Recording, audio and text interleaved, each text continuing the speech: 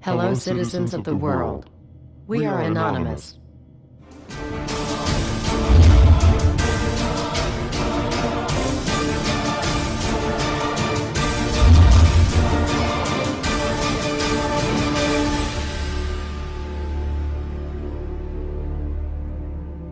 Dear brothers and sisters, now is the time to open your eyes.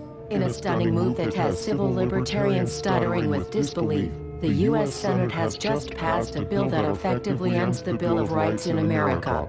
The National Defense Authorization Act is being called the most traitorous act ever witnessed in the Senate, and the language of the bill is cleverly designed to make you think it doesn't apply to Americans. But toward the end of the bill, it essentially says it can apply to Americans if we want it to. Bill summary and status. 112th Congress, 2011 to 2012, S. 1867. Latest title, National Defense Authorization Act 4.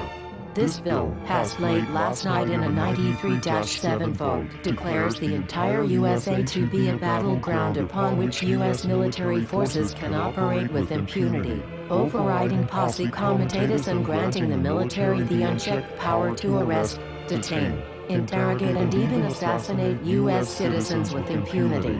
Even Wired magazine was outraged at this bill, reporting, "Senate wants the military to lock you up without trial. The detention mandate to use indefinite military detention in terrorism cases isn't limited to foreigners." It's confusing, because two different sections of the bill seem to contradict each other. But in the judgment of the University of Texas Robert Chesney, a nonpartisan authority on military detention, U.S. citizens are included in the grant of detention authority. The passage of this law is nothing less than an outright declaration of war against the American people by the military-connected power elite. If this is signed into law, it will shred the remaining tenets of the Bill of Rights and unleash upon America a total military dictatorship, complete with secret arrests, secret prisons, unlawful interrogations, indefinite detainment without ever being charged with a crime, the torture of Americans and even the legitimate assassination of U.S. citizens right here on American soil. If you have not yet woken up to the reality of the police state we've been warning you about, I hope you realize we are fast running out of time. Once this becomes law, you have no rights whatsoever in America, no due process, no First Amendment speech rights, no right to remain silent, nothing. The U.S. Senate does not want us to speak. I suspect even now orders are being shouted into telephones and men with guns will soon be on their way. Why? Because while the truncheon may be used in lieu of conversation, words will always retain their power.